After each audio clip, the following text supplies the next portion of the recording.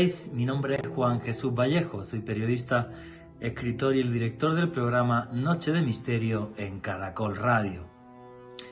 En medio del día se hacía la noche, se hacía la oscuridad y los pueblos antiguos del mundo no comprendían esto. El poder que los eclipses tuvieron sobre diferentes eventos en la antigüedad, guerras que terminaron o designios del destino que hacían que los hombres entrasen en una locura transitoria, eventos astronómicos que a día de hoy nos siguen maravillando y que no para de investigar la ciencia, como son por ejemplo también la llegada a la Tierra de los cometas. Pero si queréis saber sobre esto y mucho más, no perdáis el último podcast de Noche de Misterio en Caracol Radio, eventos astronómicos. Noche de Misterio. Juan Jesús Vallejo.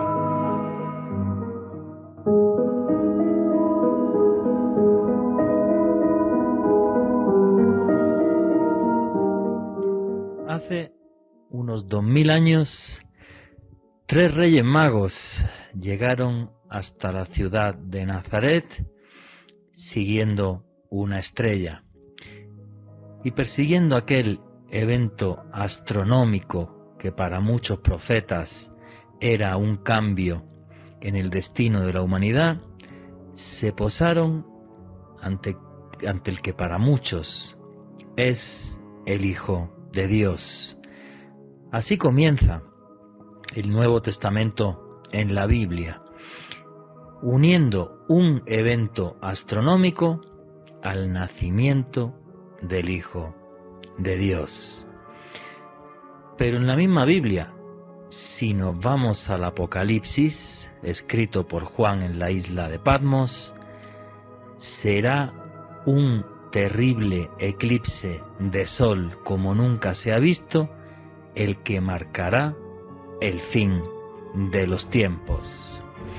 La relación entre el hombre y las estrellas es algo innegable. La relación con los astros y los antiguos sacerdotes y las culturas antiguas es algo que llega hasta el día de hoy. No sé si alguno de ustedes ha tenido la suerte de dormir en el desierto, fuera muy lejos de la contaminación lumínica, y allí poder ver el firmamento.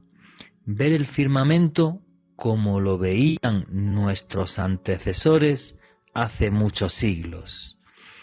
Realmente, ante tal espectáculo de luces titileantes en el firmamento, uno se siente muy pequeño.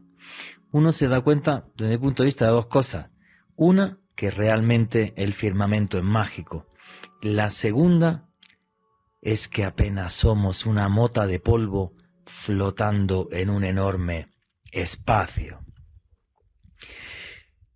Y en esta mota de polvo, nosotros los hombres, un mono desnudo, aprovechó toda una serie de eventos para conquistar un planeta que no debemos olvidar, no es nuestro, no nos pertenece, es uno más dentro de ese mágico firmamento. Hoy día, la ciencia y la astronomía han hecho que empecemos a comprender el firmamento. Y para mí esto no le quita absolutamente nada de magia a lo que pasa en las estrellas, ya que seguimos mirando todas las noches al cielo, porque pueden volver a presentarse eclipses, pueden volver a presentarse, por ejemplo, cometas, eventos celestes que nos siguen maravillando, y aunque la ciencia pueda comprenderlos, repito, al menos para mí, no están exentos de magia. Y es que, aunque la ciencia ha avanzado muchísimo, y el programa de hoy va sobre ciencia y astronomía e historia, realmente la ciencia todavía desconoce más del 90% del universo. O sea, realmente está todo por descubrir. aunque ya hayamos pisado la Luna y aunque nuestros telescopios sean capaces de ver a años luz de distancia de la Tierra, sigue habiendo un universo que no es observable, sigue habiendo un universo repleto de energía oscura y de materia oscura que todavía apenas vislumbramos qué es. Me encantaría haber estado hace 1000 años con un sacerdote maya contemplando el firmamento en las pirámides de Tikal o en las de Chichén Itzá, viendo cómo aquellos hombres semidesnudos eran ya capaces de entender el movimiento de los planetas y la magia de las estrellas. Una magia de un firmamento que ha quedado plasmada en infinidad de lugares del mundo. Las pirámides de Giza, reflejando en el cielo el cinturón de Orión. Los edificios principales de Tikal, reflejando en el suelo de Mesoamérica la constelación de las Pléyades. Una obsesión por las estrellas en la antigüedad que llega hasta día de hoy. Antes más mágica, hoy quizás más empírica, pero no deja de ser un auténtico desafío mirar por la noche el cielo e intentar comprender cómo son nuestras vecinas, las estrellas. Buenas noches, noctámbulos. Mi nombre es Juan Jesús Vallejo. Los que queráis seguirme en redes sociales, mi Twitter es @JuanGVallejo, Juan J.E. Vallejo en Instagram y en Facebook Juan Jesús Vallejo. Y esto es Noche de Misterio. Aquí lo que hacemos es periodismo de misterio. Nosotros os ponemos los hechos encima de la mesa y vosotros decidís qué hay detrás y qué no. También deciros que para los que os guste el periodismo de misterio, tenéis un canal de YouTube que se llama Oculto tras la sombra. Todos los jueves hay vídeos ahí. Y si queréis saber todo lo que está pasando en el Vaticano, que están al punto de un cisma, os recomiendo que entréis en Oculto tras la sombra para que veáis el vídeo que hemos sacado esta semana sobre todo lo que envuelve al Papa Francisco y sus terribles enemigos. Repito, Oculto tras la sombra. Así que bueno, la magia de mirar las estrellas. Hay una ciencia que es la arqueoastronomía que a mí me encanta y he podido seguirla en lugares como por ejemplo Machu Picchu o en lugares como Chichén Itzá, donde las culturas antiguas realmente lo que hacían era calendarios en piedra en función de cómo se movían los astros y cómo se reflejaban las estrellas. Es algo fascinante. Por ejemplo, me estoy acordando ahora de hay un edificio en Tikal, está en México, en Uxmal, el Palacio del Gobernador, que mide, por ejemplo, cómo era el año de Venus. O sea, fijaros, hace más de 1000 años los mayas eran capaces de reflejar en sus edificios el movimiento de los planetas. Tan importante siempre ha sido el firmamento para el ser humano e igual de importante sigue siendo a día de hoy. Y arranquemos ya el programa sin más dilación. Alejandro Bernal, amigo, compañero, buenas noches, ¿cómo estás? Buenas noches, Juan Jesús. Un saludo para usted, para Richie en los controles, para Germán Puerta, nuestro invitado de excepción de esta noche, también para todos aquellos que llegan a la señal de Caracol Radio a través de la app de la emisora que pueden descargar e instalar de manera gratuita en sus dispositivos móviles. Y también, Juan Jesús, un saludo muy especial para todas las personas que nos oyen en diferido a través del podcast que estamos publicando todos los jueves en la noche en una lista de reproducción del canal de Caracol Radio en YouTube. Ahí tenemos todos los podcasts de Noche de Misterio. Muchísimas gracias a todas las personas que han sumado reproducciones, que nos han dejado sus likes, sus apreciaciones. Cada vez somos más y muchísimas gracias por ese apoyo. En esta noche, Juanje, un tema muy especial para mí. Siempre amo hablar de astronomía, sobre todo con el maestro Germán Puerta, una mirada con curiosidad hacia el firmamento, hacia la ciencia y hacia la historia, porque el misterio es cultura y eso lo vamos a evidenciar de manera muy latente en el programa de hoy. Efectivamente, ¿alguna vez has visto las estrellas en un desierto o en algún sitio sin contaminación lumínica, Alejandro? No, pero me muero de ganas de hacerlo. De hecho, sé que el maestro Germán organiza actividades en el desierto de la Tatacoa. Me encantaría poder hacer parte de una de ellas porque yo creo que es una de las experiencias que nadie puede perderse, poder ver el infinito, el firmamento con un cielo despejado en un desierto. Es una auténtica maravilla. Yo he tenido la suerte de poder hacerlo muchas veces.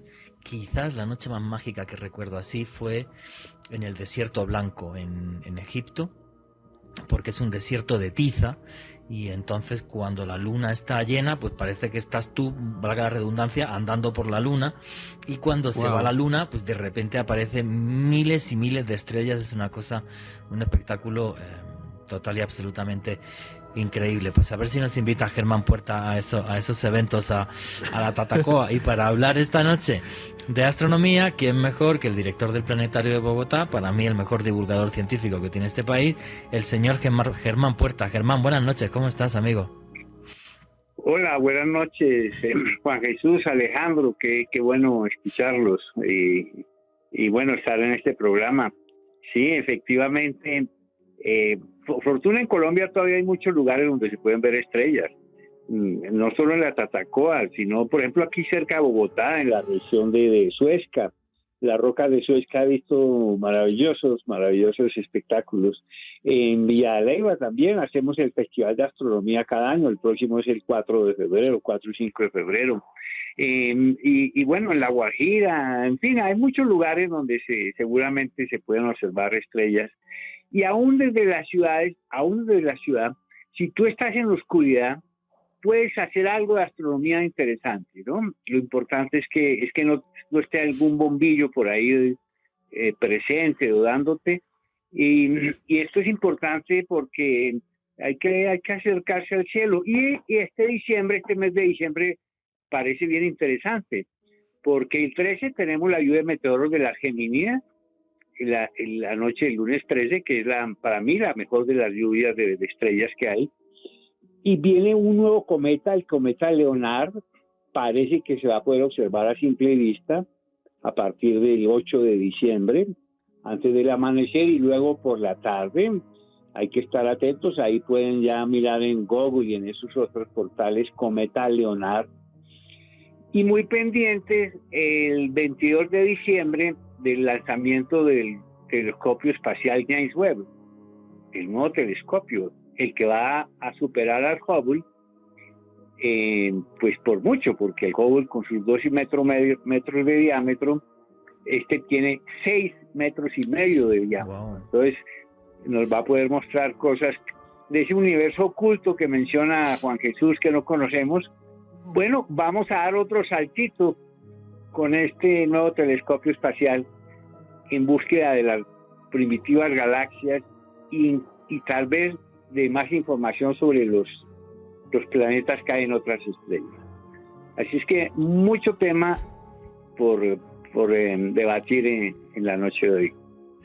Pues sí, qué fascinante es mirar al firmamento y además acompañado de alguien como tú, mucho mejor. Yo nada más que en mi vida vi un cometa que fue el Hale-Bopp y es uno de los espectáculos que yo recuerdo más alucinantes en mi vida, porque uno piensa que el cometa es pequeñito o algo así, no, es gigantesco, o sea, pilla medio firmamento y se ve la cola enorme y es una cosa alucinante. No me extraña que en la antigüedad pues hubiera provocado tanto tipo de especulaciones cuando aparecían los cometas en el firmamento. Oye, Germán, pero la noticia de esta semana de la NASA es que estos señores, que plata tienen, no hay que preocuparse por eso, se han gastado $330 millones para lanzar una nave, la DART, que va a impactar en otoño del año 2022 en un asteroide bastante lejano, el Dimorphos, que tiene 160 metros de diámetro. Eso va a hacer a 11 millones de kilómetros de la Tierra. Y este cacharrito va a ir a una velocidad de 27.000 kilómetros por hora con un peso que tiene de 633 kilos, esperando que esto modifique la órbita de este asteroide y es que, Germán, la NASA parece que cada vez está más preocupada por el hecho de que realmente un día nos llegue un asteroide y esto sea como lo que pasó con los dinosaurios. Estaban ahí tan tranquilos hace 60 millones de años y chao dinosaurios, ¿no?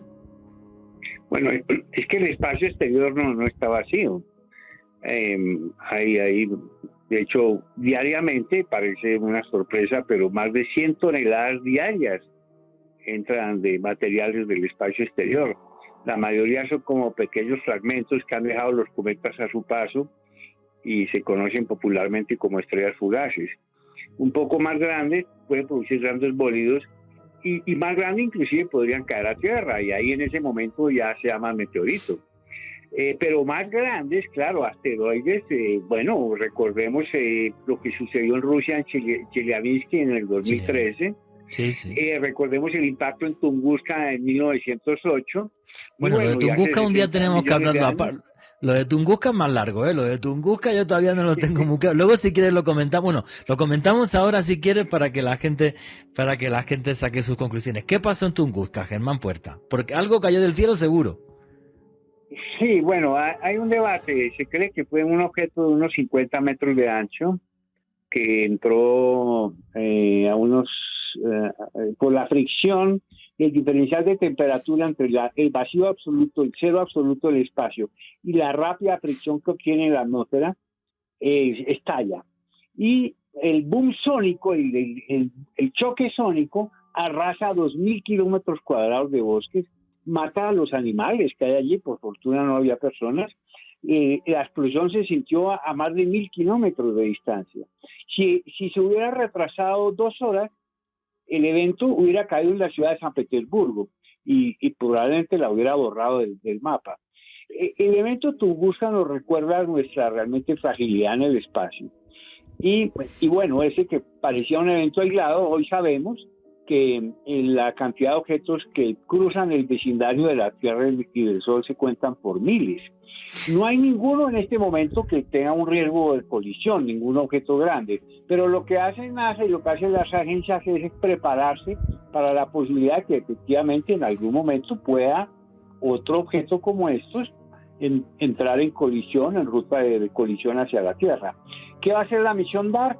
Impactar esta pequeña luna del asteroide, porque es un asteroide que tiene una luneta, y tratar de ver si se desvía apenas en el 1% de su órbita, y eso es suficiente para en un evento futuro desviar un objeto que venga en ruta de colisión. Y esto todo lo vamos a saber porque además la misión lleva unos nanosatélites que van a grabar y van a mirar y van a medir todo esto. A esa distancia que mencionaste, esto pues, parece ciencia ficción, pero es una realidad. La misión DART, que a propósito, DART significa dardo. Sí, le van a dar con un dardo. Bueno, se ha especulado de muchos meteoritos. El tema de Apophis, que dicen que bueno, que es prácticamente imposible que dé con la Tierra y tal, pero que si diera nos daría el susto del siglo, no, del milenio. Y lo del tema de Tunguska, lo más extraño de Tunguska es que no quedó un cráter de meteoritos, sino que la explosión fue como una especie de bomba nuclear, en el sentido de que los árboles que estaban en el centro de la explosión quedaron en pie y esos miles de kilómetros de bosque, que es una auténtica barbaridad lo que hizo la explosión aquella, el bosque, los árboles que estaban para el norte cayeron hacia el norte, los del sur para el sur, este para oeste o este para oeste, y efectivamente fue como una especie o quedó una especie de resto como de explosión nuclear, que yo de esto he escuchado mil teorías, hubo físicos incluso que dijeron que aquello fue... ¿cómo le llamaban aquello? Que había entrado antimateria. O sea, yo he leído mil teorías sobre esto porque es un poco complicado de entender. Posiblemente, y no voy a decir nada que Germán sabe más que yo, posiblemente pues en los últimos años haya habido más investigaciones, pero yo recuerdo sobre esto una cantidad de polémicas científicas tremendas. Germán Puerta. Pero es que aquí tuvimos nuestro propio Tunguska. No me digas. El 9 de marzo de 1687 sobre Santa Fe, Bogotá, un evento también de una explosión sónica. Eso era la noche, creo que era la noche del ruido. y se conoce como el año del ruido, ¿no? Sí, sí, sí. Entonces, los eventos no son tan raros, ese tipo de eventos. Ahora, el 70% del planeta es océanos y tal vez muchos de estos eventos no nos enteramos. La novedad de Tunguska o de Chelyabinsk es que hay testigos sobre ciudades, en fin, pero pueden estar sucediendo con más frecuencia. Lo de Pero Chelyabinsk... mira, Juan Jesús, el problema no son los asteroides y cometas que conocemos, el problema son los que no conocemos. Diariamente, te va a sorprender este dato, entran a la lista de objetos potencialmente peligrosos y que cruzan el vecindario de la Tierra alrededor de 40 diarios. ¿Diarios? Diarios, sí. Wow. Con estos telescopios robóticos ya captan todo lo que se mueve y bueno, la lista va creciendo. Madre mía, 40 objetos peligrosos por día. Entre eso, el virus este que no para de mutar y el cambio climático, no sé si salir esta noche de parranda por si se acaba el fin del mundo pasado mañana. Y como aquí tenemos hermanos en toda América Latina y en todo el continente, aquí nos están saludando desde Chile. Y mira, Jaime Alvis, que está en Canadá, nos dice que él tiene la suerte de, aparte de ver las estrellas con un cielo sin apenas luz, de muchas noches poder ver la aurora boreal. O sea, este sí que tiene suerte. Yo la pude ver en Noruega hace muchos años y realmente es un evento celeste tremendamente mágico. Y Erickson Giraldo, que está diciendo que tristemente ya no miramos al cielo. ¿Cuándo es la última vez que lo hiciste? Y qué gran razón tiene. Yo ya ni me acuerdo la última vez que me fui con un par de cafés y algo de comer a charlar con amigos y ver las estrellas, que es una auténtica maravilla. Qué bueno que Germán Puerta haga ese tipo de eventos para que vaya la gente al desierto de la Tatacoa o a Villa de Leyva o a donde sea. Creo que es crucial. Germán, ¿alguna vez viste la aurora boreal o no? No, esa es una asignatura que la tengo muy pendiente. Sí, me sorprende. Sí se ve como en las películas, como en los videos. Sí. Como una cortina de colores. Yo las que vi fueron pequeñitas, ¿vale? Yo fui a finales de febrero, creo que fue, a Noruega, fui a grabar las auroras y porque iba a hacer un reportaje sobre los indígenas samis. Y tuve la suerte de ver dos. Y realmente empieza como un reflejito pequeño y empieza de repente a crecer. Y recuerdo que íbamos en el coche, lo paramos en mitad de la carretera para poder verlo. Y es eso, o sea, ves como una especie de luz que vibra de color verdoso, fue la que vi yo, y que se mueve, o sea, y es como muy espectacular, es tremendamente espectacular. Alejandro Bernal. Hay que ver que son producidas por la interacción de las partículas energéticas cargadas que vienen del Sol, que interactúan con el campo magnético terrestre, que tiene una convergencia en los polos norte y sur. Y cuando el Sol está muy activo, cuando hay muchas manchas solares y hay erupciones solares y estas eyecciones de masas del Sol son más activas, ¿no? Y bueno, el Sol también presenta riesgo porque puede afectar en esas altas actividades nuestros satélites y sistemas de comunicación. Y bueno, ya vimos lo que pasaría cuando se fue el Internet, se fue el WhatsApp y se fue el Facebook y todo eso. El Sol también puede darnos una sorpresa por ese lado. Ah, sí, una gran llamarada solar que crea un gran pulso electromagnético y se vaya la civilización al carajo, básicamente. Bueno, media civilización, porque sería medio planeta el que se iría al carajo, pero fuerte ese tema, sí. El otro día hicimos un vídeo en Oculto tras las sombras sobre esto, porque hay científicos que dicen que el riesgo en la próxima década es de un 2%, que es altísimo, me parece una auténtica barbaridad. Pero una barbaridad. Alejandro Bernal, quería comentar algo.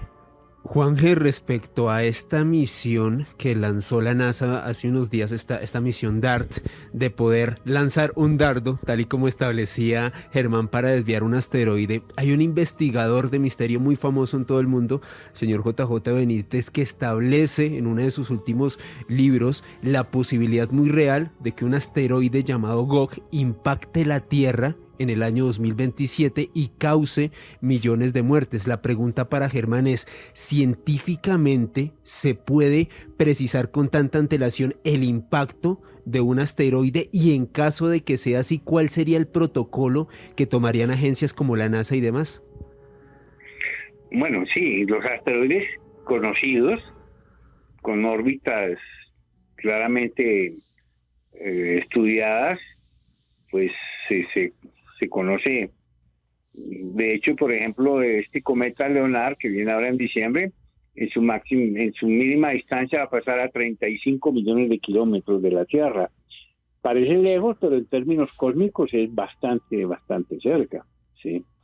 Igual a cada rato vemos noticias de que hay un asteroide que pasa a una distancia inclusive menor que la de la Luna. Esos son apenas 400.000 kilómetros. Y se conocen. El problema no está realmente en estos que se conocen, sino en los que no se conocen. Además, muchos de estos objetos pueden ser desviados por los planetas como Júpiter o chocar entre sí también, ¿no? Del enjambre del cinturón de asteroides. Pero en unos 10 años yo creo que ya se tiene la tecnología para desviar el problema. Hay que desviarlo, no destruirlo como en la película Armagedón de Bruce Willis, ¿recuerdan?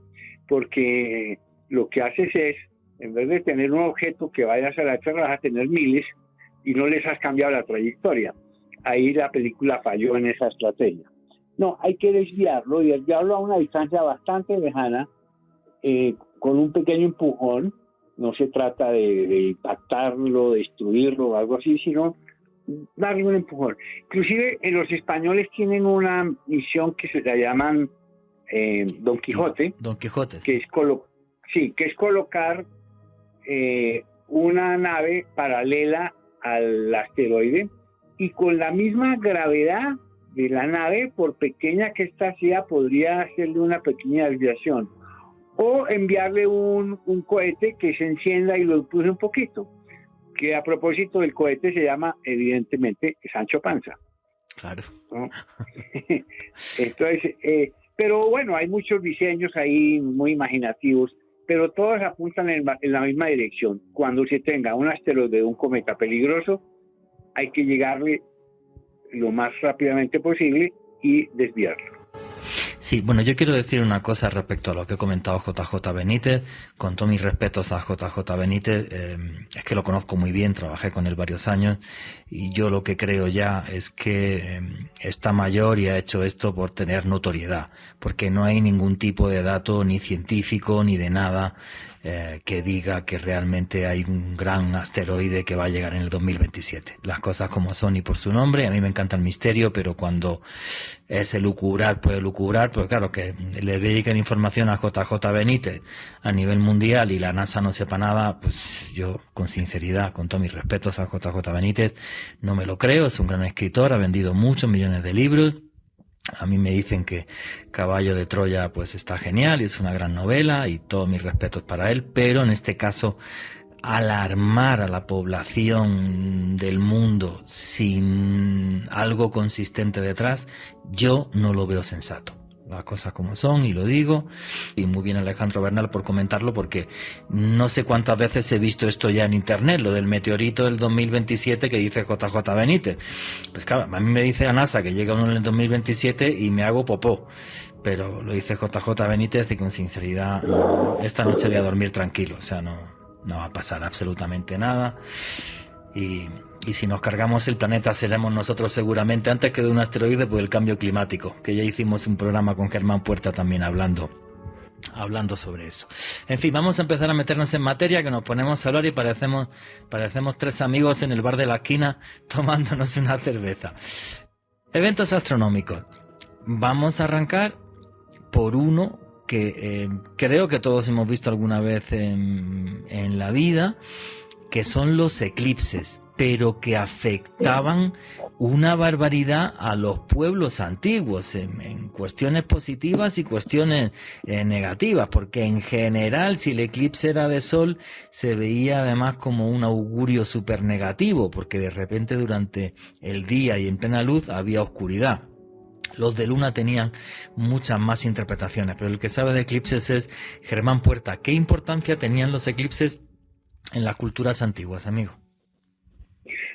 Bueno, en realidad aquí, hablando de los eclipses, hay dos tipos de eclipses, el eclipse de sol y el de luna. el pasado viernes 19 tuvimos un eclipse de luna parcial, pero pues la luna se puso roja y tuvimos la fortuna de tener muy buen clima en toda Colombia, en buena parte, y creo que salimos a verlo, bueno, los noctámbulos, porque fue como a las 3 de la mañana. A ver, con los eclipses hay una coincidencia cósmica asombrosa, porque la luna y el sol aparentan tener el mismo tamaño en el cielo. Esto siempre ha sido un enigma en el mundo antiguo. De hecho, pues en la antigüedad no se conocía la naturaleza de muchos de los fenómenos del cielo, que es el sol.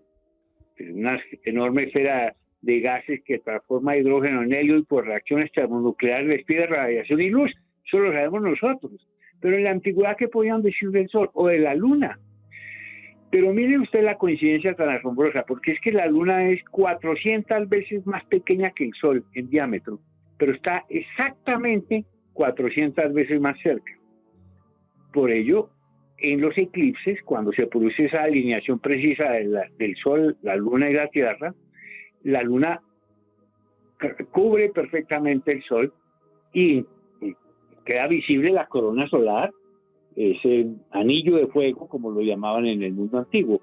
Ocasionalmente la luna está un poco más lejana en el apogeo y no alcanza a cubrir el sol y queda visible un anillo, como el eclipse que vamos a observar aquí en Colombia el 14 de octubre del año 2023, para que pongan ahí la cita. Vamos a tener ese tipo de eclipse de sol aquí. En los eclipses de luna es la luna la que entra en las sombras terrestres y se produce un fenómeno muy extraño, porque realmente la luna debería desaparecer, pero de repente se enciende de colores rojizos. Eso que en la antigüedad pues era muy sospechoso, una luna teñida de rojo. Sangre. Hoy día entendemos su naturaleza, es porque la radiación solar al pasar por la atmósfera obra como un prisma que desvía parte de la radiación, especialmente las ondas de rojo, hacia las sombras terrestres. Hoy día conocemos muy bien estos mecanismos, pero en la antigüedad no se sabía muy bien de qué se trataban estos eventos. Lo que sí se sabía es que podían pronosticarlos, porque el ciclo es muy regular de los eclipses y desde hace mucho que se puede pronosticar eclipses que inclusive han sido de provecho para ciertas personas que tenían ese conocimiento privilegiado. Sí, ¿no? Entonces, bueno, para terminar, te cuento que la palabra eclipse proviene de una antigua expresión griega que significa abandono. Porque es que, tú lo dijiste, que a plena luz el sol nos abandona, claro. Sol, eso sí, y se salgan las estrellas, esto era literalmente como el sol abandonando la tierra, ¿no? Pues siempre considerado como un evento dramático, muchas veces de mal augurio y anunciador de sucesos de toda clase. Así es con los eclipses. Tú me mandaste hoy un montón de información y, bueno, la primera vez que se empieza a escribir de esto fue ya en la antigua Sumeria, ¿verdad, Germán? O sea, ya cuando el hombre empieza a escribir hace 5.000 años, empezaron ya a hablar de este tipo de eventos y del asombro que les provocaba a los hombres de la antigüedad en aquella época, ¿cierto? Cierto, los registros de eclipses son muy antiguos por ser fenómenos tan impresionantes y están también en la antigua China, pues los chinos llevaron un registro muy exacto. De hecho, se conoce que el más antiguo eclipse pronosticado o registrado es del año 2137 antes de Cristo. Wow. En un manuscrito chino del reino de Chongkang. Pero ese es un caso bien interesante porque en la antigua China los eclipses debían ser tratados con mucho respeto.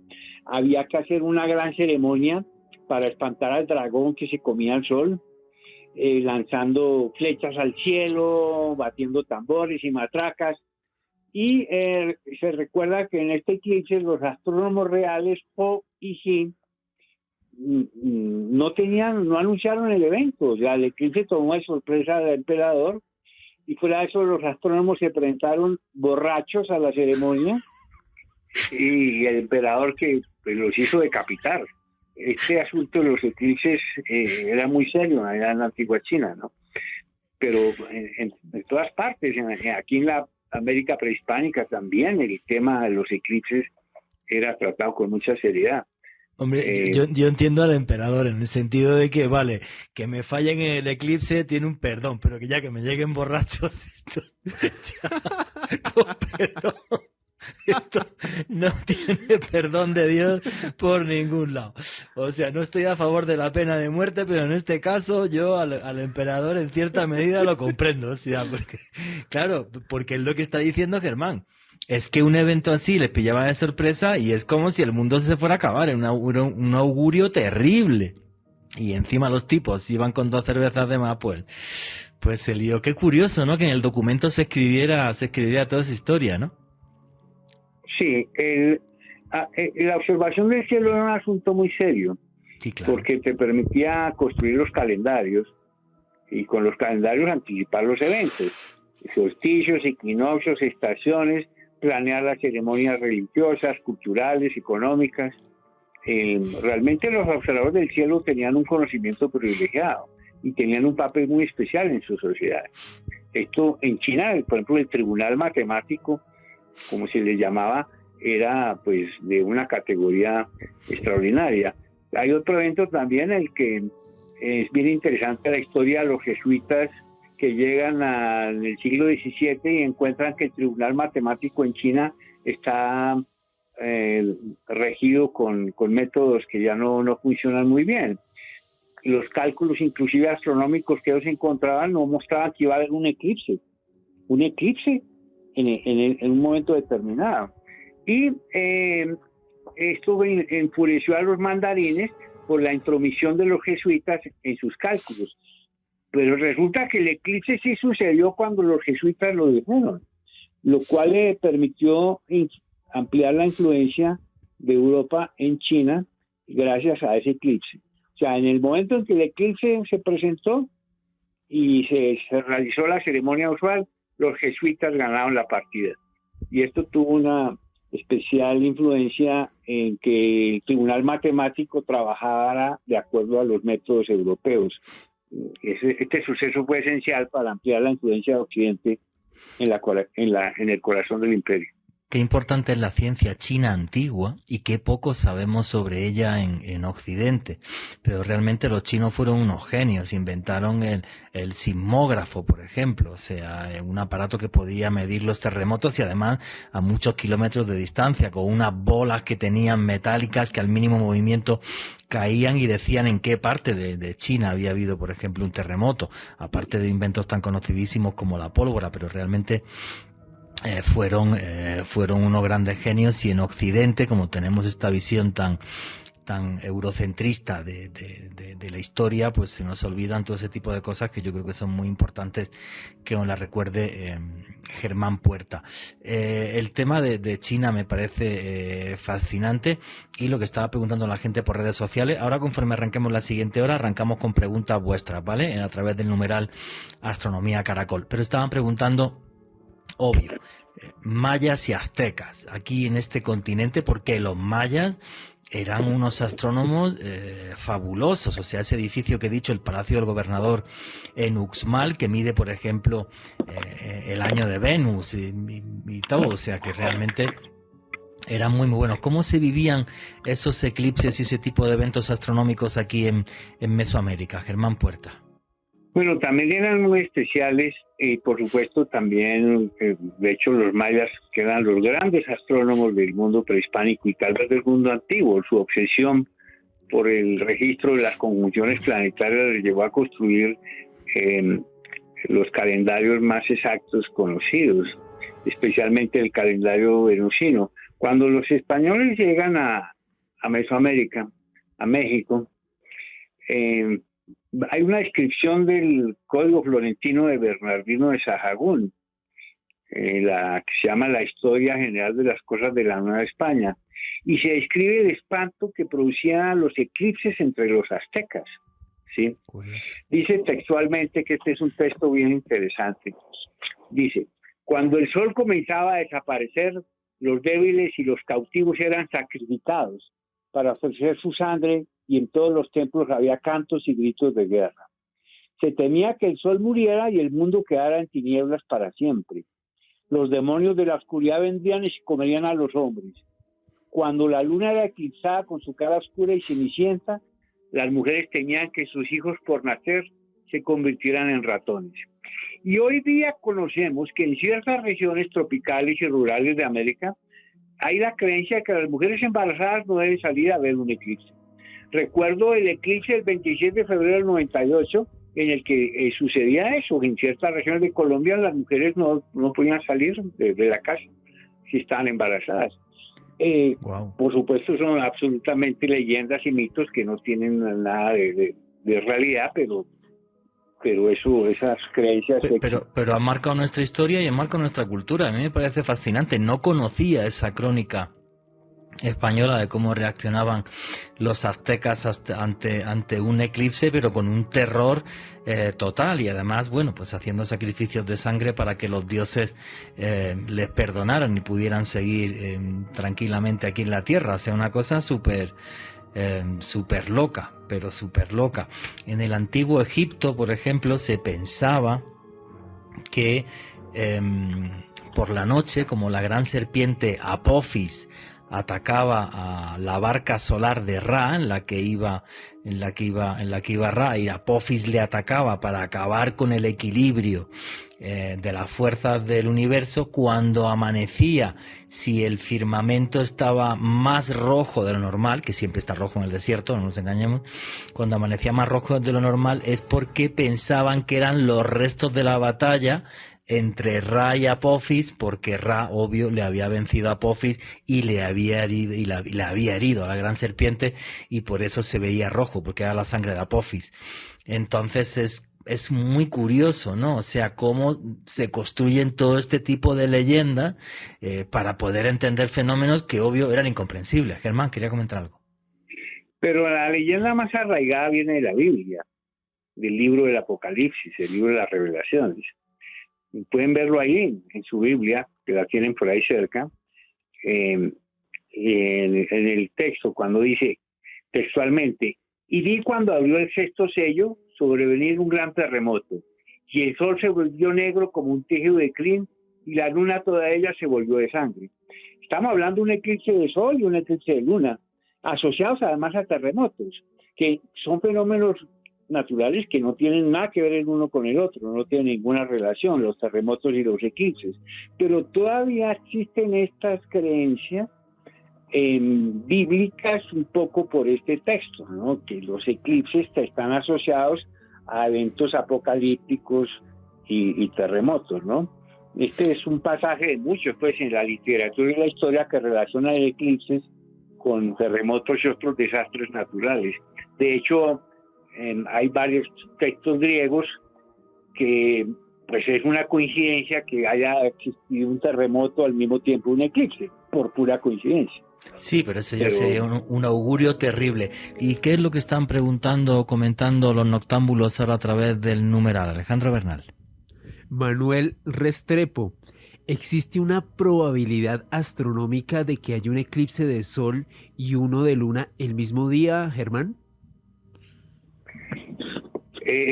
No, imposible, porque el eclipse de sol se produce cuando es la fase de luna nueva, y 15 días después tendríamos la fase de luna llena, en donde se presenta el eclipse de luna. O sea, es imposible.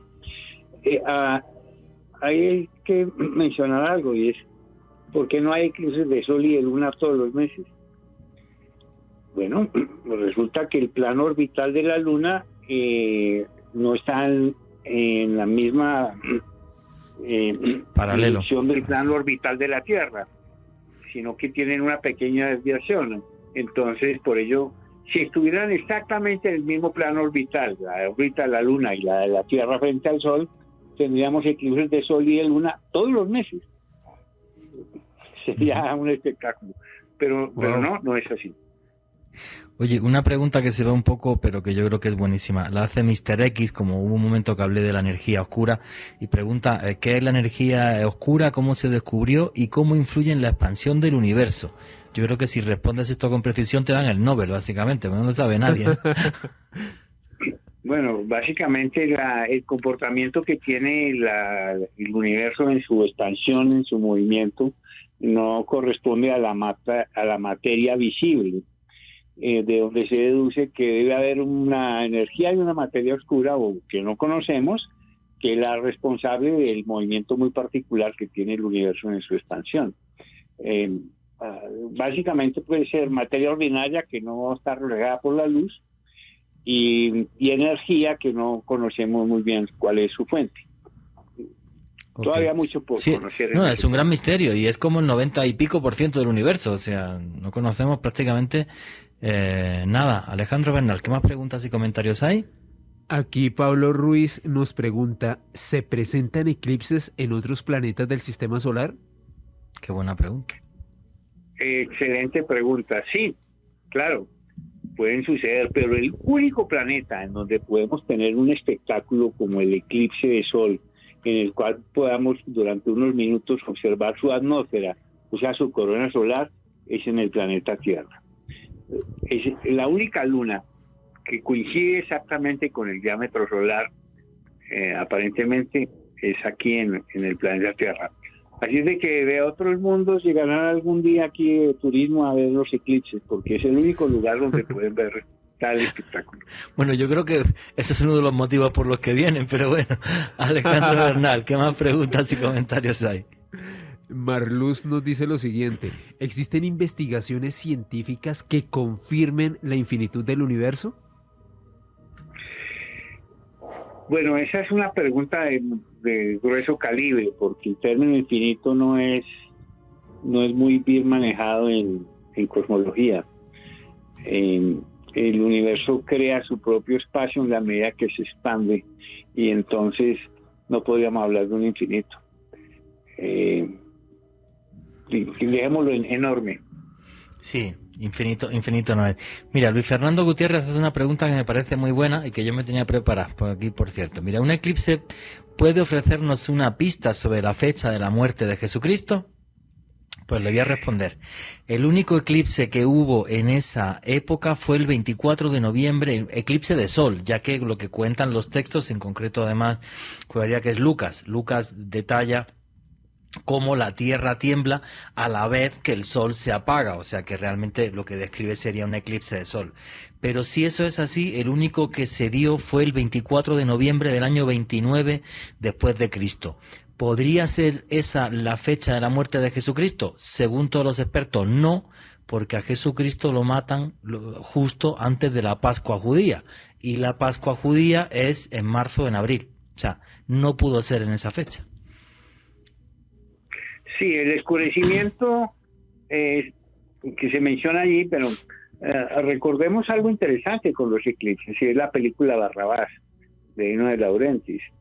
Es fantástico lo que él hace allí, porque él se entera que el 15 de febrero de 1961, cuando ellos están haciendo la película, él se entera que va a haber un eclipse total de sol que va a pasar cerca de Roma, donde están haciendo la película, y él da la orden que la escena de la crucifixión la filmen durante el eclipse. Es extraordinario, porque ese eclipse que van a ver ahí, inclusive pueden poner en YouTube, poner eclipse Barrabás, y ahí pueden ver la escena, que es fabulosa, es una de las grandes escenas de la historia del cine. Ese eclipse no son efectos especiales, es el eclipse real, de verdad, con la película, o sea, una escena única, nadie podía equivocarse, nadie podía decir, bueno, corten, repitan el eclipse, no. Era algo... Sí. Y hay toda una narración de lo que hicieron los camarógrafos que no sabían el tema de las luces y muy complicado por un fotógrafo, las cámaras, claro, cómo lo lograron, y lograron una de las grandes y memorables escenas en la historia, que fue el eclipse de sol de la película Barrabás durante la escena de la crucifixión. Qué bueno, no, este es un tema muy no sé si decir si la palabra adecuada es polémico, pero sí es cierto que mucha gente ha dicho, oye, pues Jesucristo tuvo que morir, porque bueno, el año cero no es el año cero, eso lo tenemos todos clarísimo, que hay una serie de errores, o sea, mínimo estaríamos en el 2024, 2025, eso ténganlo claro. Si alguien quiere saber más de esto, le recomiendo un podcast que se llama Enigmas del Cristianismo, que está en la playlist de YouTube de Caracol. Pero no, el único eclipse de sol total que hubo en esa fecha es el 24 de noviembre y no corresponde con la Pascua judía. O sea que habría que pensar, los que sean creyentes, obvio, que realmente el sol se oscureció porque Jesucristo falleció. Eso es lo único que nos queda o que les queda a los que son creyentes. Y los que no, pues cada uno que crea lo que quiera, obvio.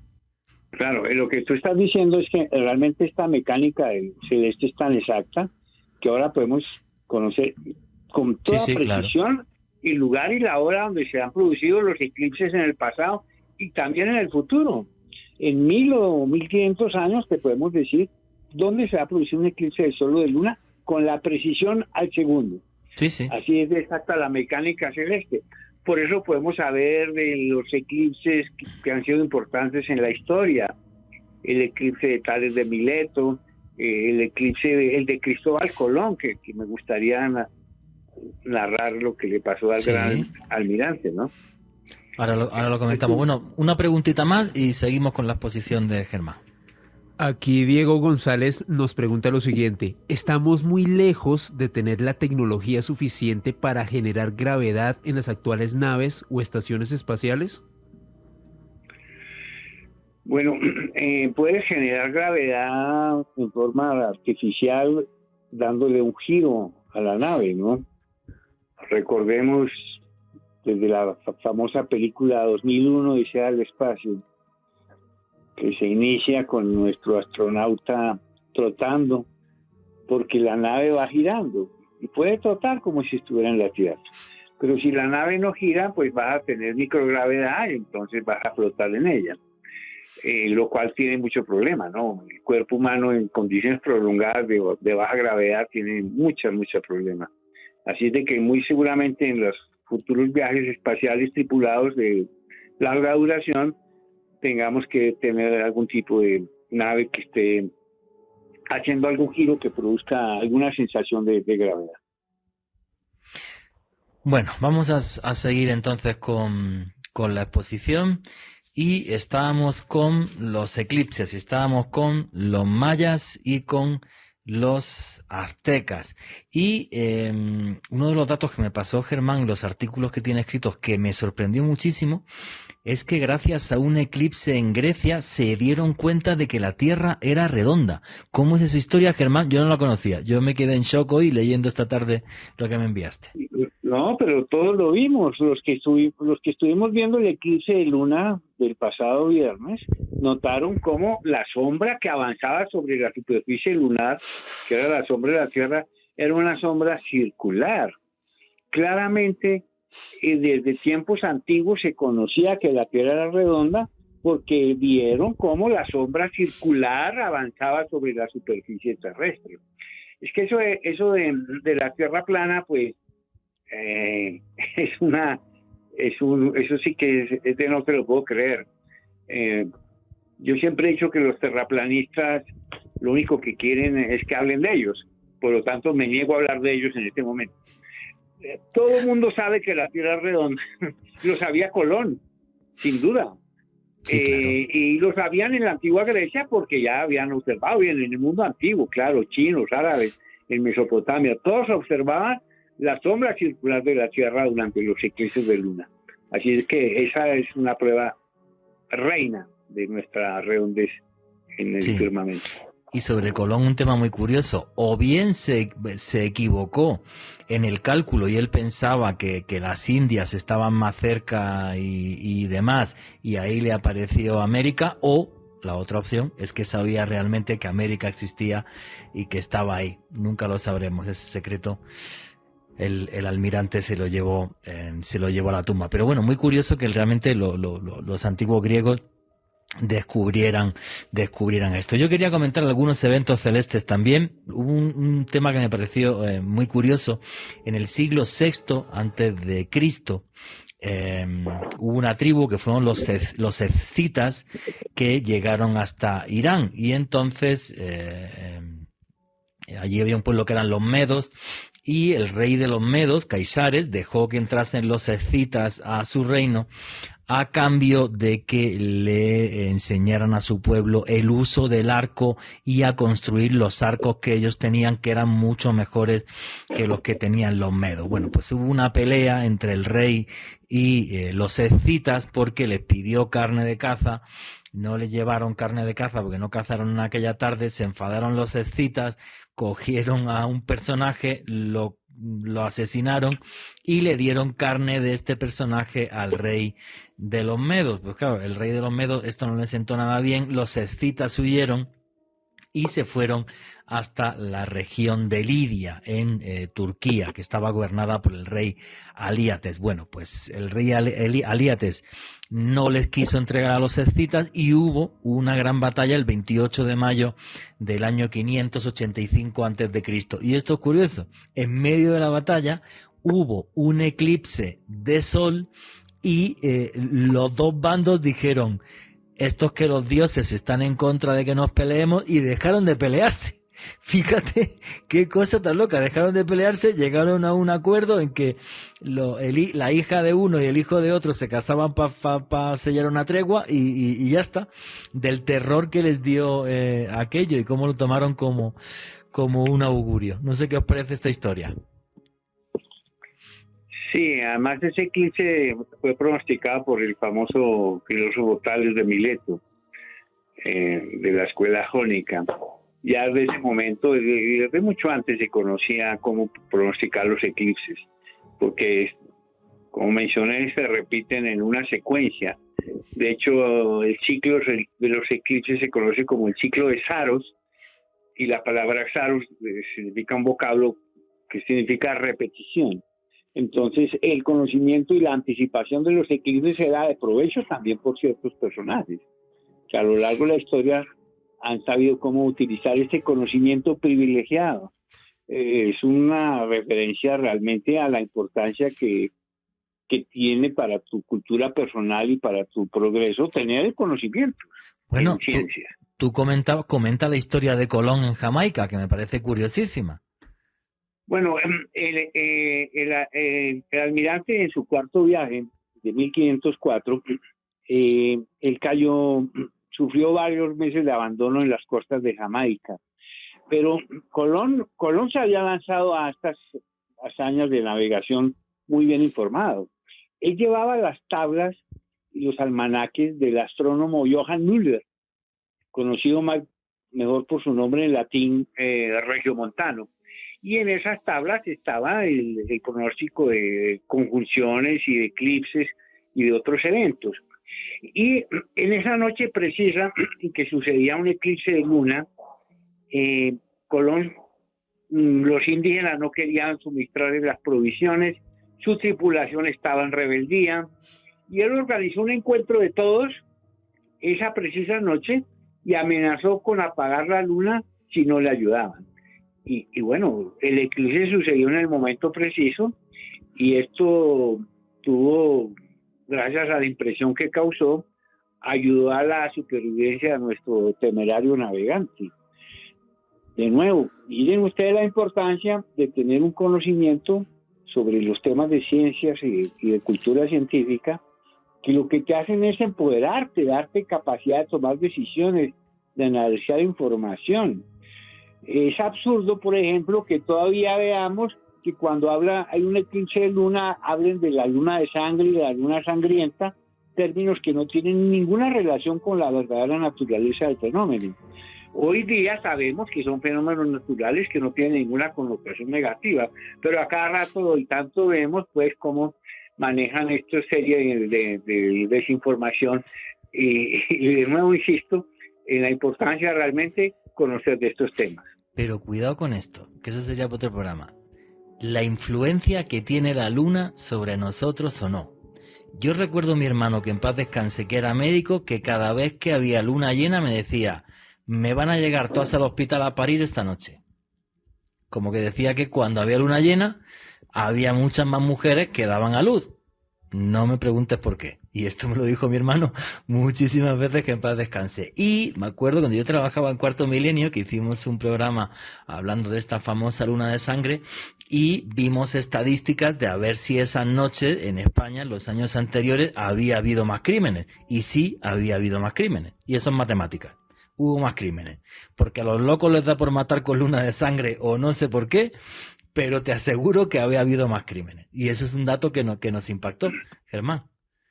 Tal vez porque en luna llena hay más luminosidad, se puede salir de noche, hay más posibilidad de... recuerda, por ejemplo, esa luna llena que tuviste allá en Egipto, parecía de día. Bueno, es increíble, ¿Sí? eso era increíble, sí. Es increíble. Porque como Exacto, se reflejaba con el sucede. suelo, que era de tiza, es que parecía de día, era una cosa súper loca, sí. Entonces hay más gente saliendo y hay más líos y más despelotes y más cosas por ahí. Ni idea, Pero no, bueno, las influencias sí son de mareas, como la vemos en los océanos, luna nueva y luna llena, y en fin, pero no está muy probado que nuestro sistema natural tenga una influencia así tan decisiva. Sin duda plantas y animales tienen ciclos especiales con las fases de la luna y también con el día y la noche, por supuesto.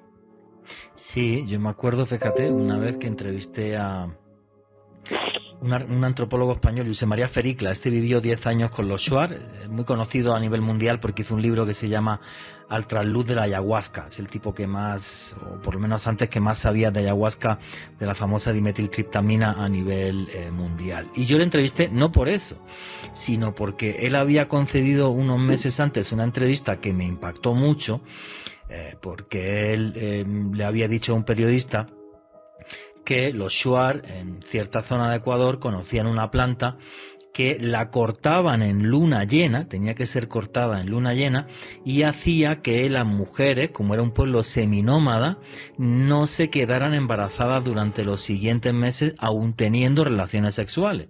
Y en aquella entrevista él decía que no le vendía esto a ninguna farmacéutica, salvo que se comprometiera por escrito a darle parte del dinero de este super anticonceptivo nuevo a los Shuar, a los indígenas ecuatorianos. Y le entrevisté y me volvió a contar la misma historia. O sea, no era una cosa de aquel periodista, sino que el tipo me lo contó. Entonces, ¿cómo afecta la luna a la capacidad de farmacéutica de las plantas y tal? No tengo ni idea, porque no soy farmacéutico ni astrónomo, pero que esa historia, este señor me la contó y no parecía que mintiera, porque el tipo decía, no, el que me ponga un contrato, me voy a Ecuador con él, corto la planta y le digo, aquí está el principio activo.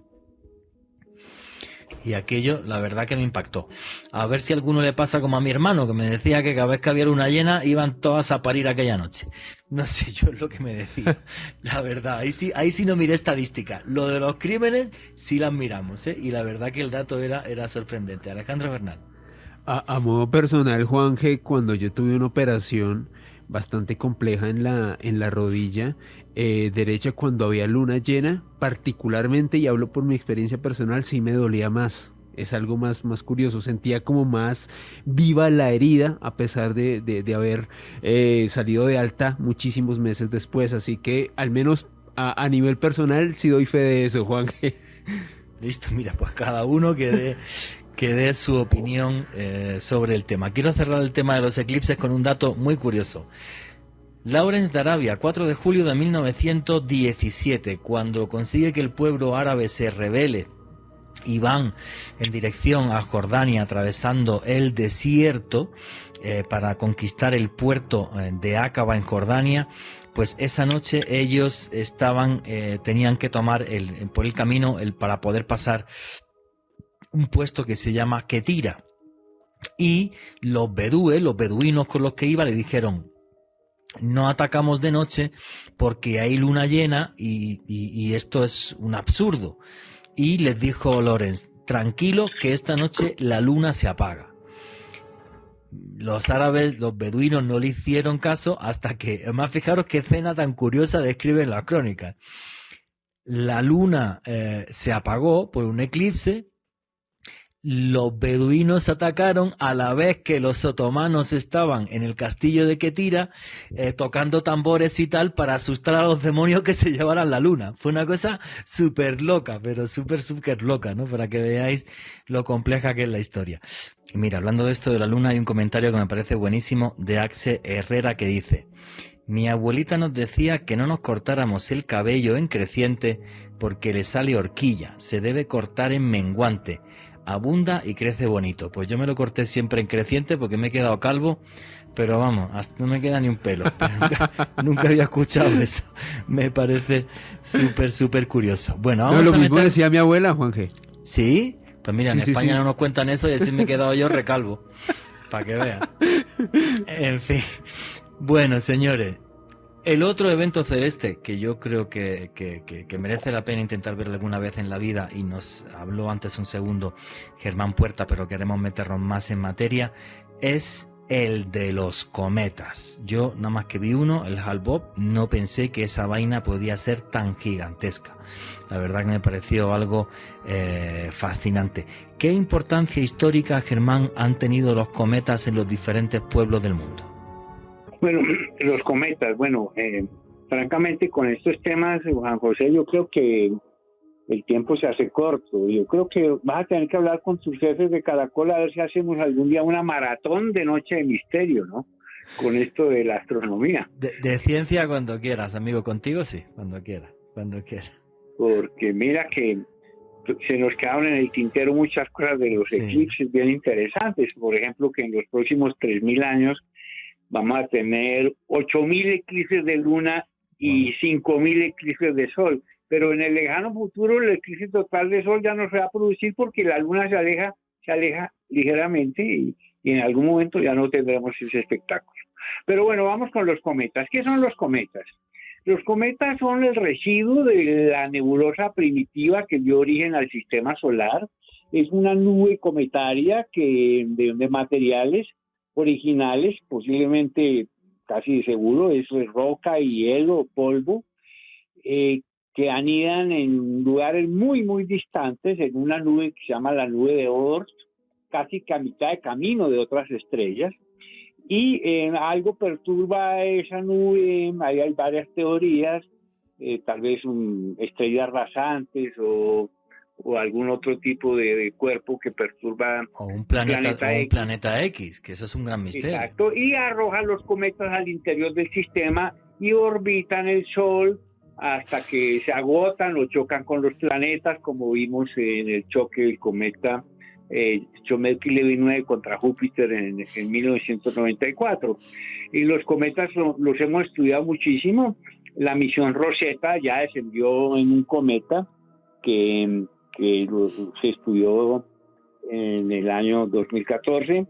El cometa Halley, el cometa más famoso de todos, también lo estudiamos cuando hizo su último paso en 1986.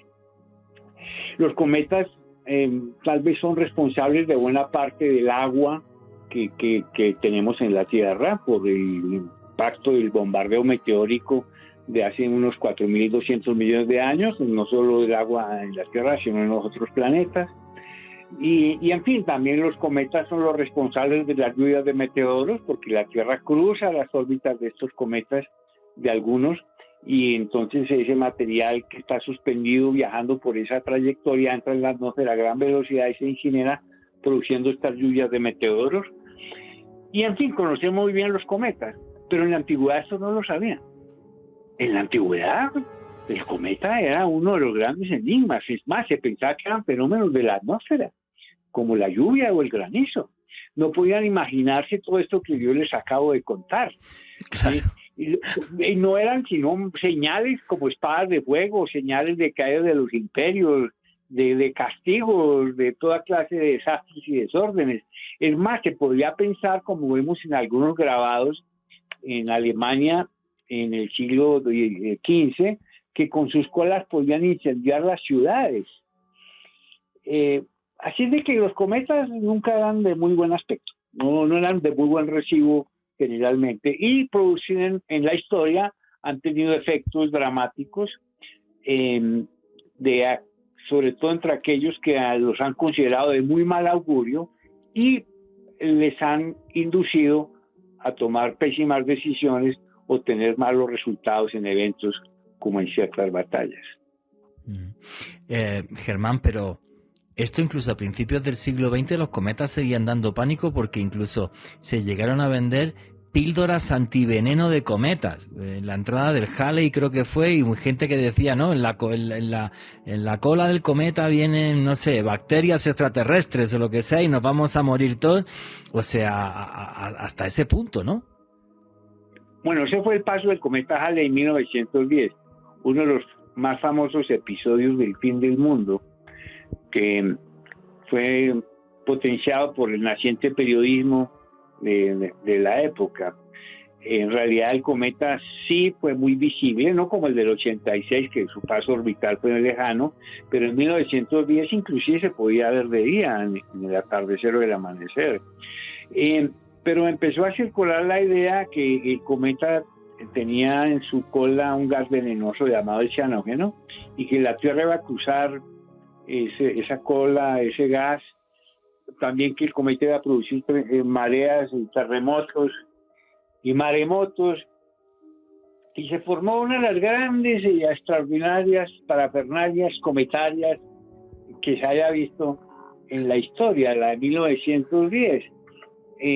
Recuerdo que aquí en la Plaza de Bolívar, Germán Arciniegas alguna vez comentó, el famoso escritor, que vio el cometa Halley de 1910 desde el atrio de la Plaza de Bolívar, y que se apareció un paisa vendiendo caretas anticometa. ¿Caretas? Para protegerse de los gases. Sabemos que en Inglaterra vendían viajes en submarinos para durante el paso del cometa poder escapar de sus mortíferos gases. Pero realmente hubo un provecho comercial muy grande también, fiestas de cometas, bueno, toda clase de cosas. Gente que nunca había ido a las iglesias, totalmente ateos, ahora sí se llenaron las iglesias por las noticias del cometa. En algunas ciudades, aquí en Estados Unidos, se anunció que se activarían las alarmas de las ciudades cuando el cometa estaba visible. Y el pánico aumentó pues hacia febrero de 1910 con los reportes del gas, a pesar que los científicos ya habían afirmado que ese gas no era nocivo, o que no era suficiente apenas para matar una rata por ahí. En fin, inclusive la muerte del rey Eduardo VII de Inglaterra el 6 de mayo de 1910 se asoció con el cometa en ese momento. Pero en realidad muchos oportunistas hicieron su agosto vendiendo máscaras, botellas de oxígeno, píldoras anticometa, efectivamente. Y toda clase de estampillas, tarjetas postales, afiches, infinidad de objetos, fiestas y toda clase de cosas. 1910, el paso del cometa Halley, que va a repetir otro espectacular paso en el año 2061. Atentos ahí, pues nos ponemos ya la cita para el año 2061 y el paso del cometa Halley, que se llama así porque fue Edmund Halley, el astrónomo inglés, el que determinó su órbita, y él fue el que determinó que los cometas realmente tenían esos periodos orbitales muy precisos.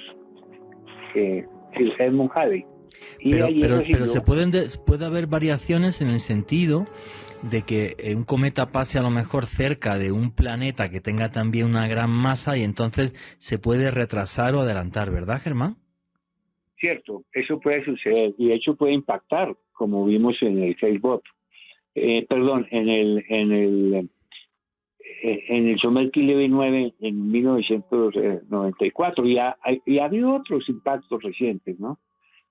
Sobre todo en Júpiter. Bueno, Júpiter es tan grande, tiene más masa que todos los demás planetas juntos, que obra como una especie de policía del sistema solar, ¿no? Atrapa cometas. De hecho, si no fuera por Júpiter, esta charla no hubiera sido posible, porque la Tierra sería impactada con una frecuencia 100 veces superior por cometas y asteroides si no existieran esos planetas gigantes como protégenlos, pero Júpiter no los puede atrapar a todos. De hecho, pasa ahora. Mira, por ejemplo, hablamos de las estrellas fugaces y las lluvias de meteoros, que son esos meteoroides, esos fragmentos que dejan los cometas a su paso. La Tierra cruza esas órbitas en fechas exactas, como ahora el 13 de diciembre con las Gemínidas, el 12 de agosto con las Perseidas, y el 17 de noviembre las Leónidas. Y esos son colas de cometa. Son las trayectorias que han dejado los cometas. El cometa pasó por allí hace años y la Tierra cruza. Pero en algún momento en esa lotería, en esa ruleta, la Tierra y el cometa se van a encontrar. Necesariamente. Y ese es el pronóstico que se hace para el año 2126 con el cometa Swift-Tuttle, que es el responsable de la lluvia de meteoros de las Perseidas. Un encuentro demasiado cercano del propio cuerpo del cometa, del núcleo, con la Tierra en el 2126. Bueno, de aquí a allá... Con peligro de colisión. Sí, pero de aquí a allá las técnicas para desviación de los objetos ya están muy sofisticadas. Así de que no debemos preocuparnos. Bueno, si es que el cambio climático nos fastidió antes la Tierra y vivimos en Marte, con lo cual los que queden, con lo cual tampoco sería tan grave. Oye, Germán, ¿cuál es el próximo cometa que podremos ver una noche con prismáticos o con lo que sea? Sí, el cometa Leonard, que ya se descubrió este año, en el 2021, fue descubierto y resultó ser ya desde su distancia bastante lejana, que ya estaba formando su cola. Recuerden que los cometas, cuando se acercan al Sol, el viento solar y la radiación hace que se vaporice el núcleo del cometa y salga esa cola que siempre va en dirección contraria al Sol. Pero este cometa ya mostró su cola a pesar de esa distancia, lo cual indicó a los expertos que el cometa podría ser un bonito espectáculo para este mes de diciembre. Efectivamente, el 12 de diciembre. ¿Para este mes de diciembre? Es ahora, ya, el cometa, por eso les digo que vean en Google ahí cometa Leonard y se preparen para observarlo. En su primera parte, de aquí al 24 de diciembre, se va a observar antes del amanecer por oriente. Ahora tenemos una referencia con la constelación Boötes y la estrella Arcturus. Ahí puede observarse entre el 5 y el 8 de diciembre. El 12 de diciembre es el momento más cercano. Y luego el cometa da la vuelta al Sol y empieza a verse por la tarde. Cae la tarde aquí, ya por el occidente, y vamos a poder observarlo. Los cometas a veces pueden ser un fracaso, un fiasco, otras veces pueden ser un gran espectáculo. Hay que estar atentos. Los binoculares son una excelente herramienta para manejar y poder observarlos mucho mejor. Obviamente alejarse de la contaminación lumínica. Pero yo recuerdo el cometa Hyakutake en 1994, que fue, caramba, el gran espectáculo. Un cometa del cual no se esperaba mucho y resultó ser el cometa más gigantesco del siglo XX, con una cola que ocupaba 70 grados de la bóveda celeste, casi desde el horizonte hasta el cenit. Lo vi en Villa de Leyva, muchos lo vimos. Vimos los que estábamos dateados, los que sabíamos, porque en aquella época no había el internet y en fin. Una pregunta, Germán, entonces, para que la gente le quede claro. Cometa Leonard. Se puede ver entre el 12 y el 24 de diciembre aquí en Colombia. Si tenemos unos binoculares, nos lo recomiendan. Y la hora más o menos, ¿cuál sería? Antes del amanecer, mirando hacia el oriente, pero me consulten. O sea, tipo 5 de la mañana. 5 de la mañana, a simple vista, si está un bonito espectáculo, los binoculares ayudan. Y luego, fin de diciembre, ya en enero, el espectáculo será al atardecer, inclusive haciendo conjunción con el planeta Venus, que lo hemos estado viendo por allí. De hecho, si me escriben a mis redes, astropuerta o astropuerta@gmail.com, les doy completa información de cómo observar el cometa. Sí, en astropuerta@gmail.com. No, y tus redes sociales, Astropuerta, tanto en Instagram como en Twitter, sueles poner ahí todas Correcto. las cosas. No, yo voy a intentar También. verlo. Del 12 al 24 de diciembre, tipo 5 de la mañana, toca con unos binoculares mirar hacia el oriente, a ver si vemos el cometa. Yo solamente he visto uno en mi vida, me pareció un espectáculo tan precioso que ojalá se pueda repetir. Pues no, Germán, pues hay que estar súper atento. Oye, estábamos hablando de algo que a mí me parece un gran misterio y que no está claro. Un planeta X, o sea, que hubiera un planeta más en el sistema solar, pero que estuviera tan tremendamente lejano que los telescopios no lo han captado. En cambio, tiene que ser grandote para mover esos elementos que están al final de la nube de Oort y nos manda para acá esos cometas. ¿Sería así o es una hipótesis? A ver, hay 4 hipótesis para el tema de la nube de Oort y lo que perturba. La primera, sí es el planeta X por décimo cuando teníamos 9, o X por desconocido, ¿no? Ahora son 8.